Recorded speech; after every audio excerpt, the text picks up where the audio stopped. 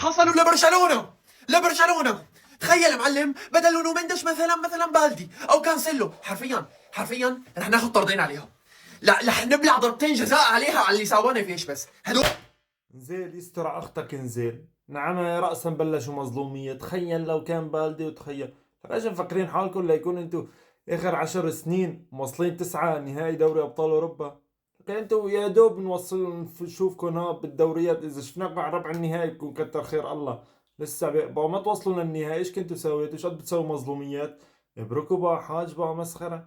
لسه كل شوي تخيل برشلونة، لسه كل شوي بتشكوا برشلونة.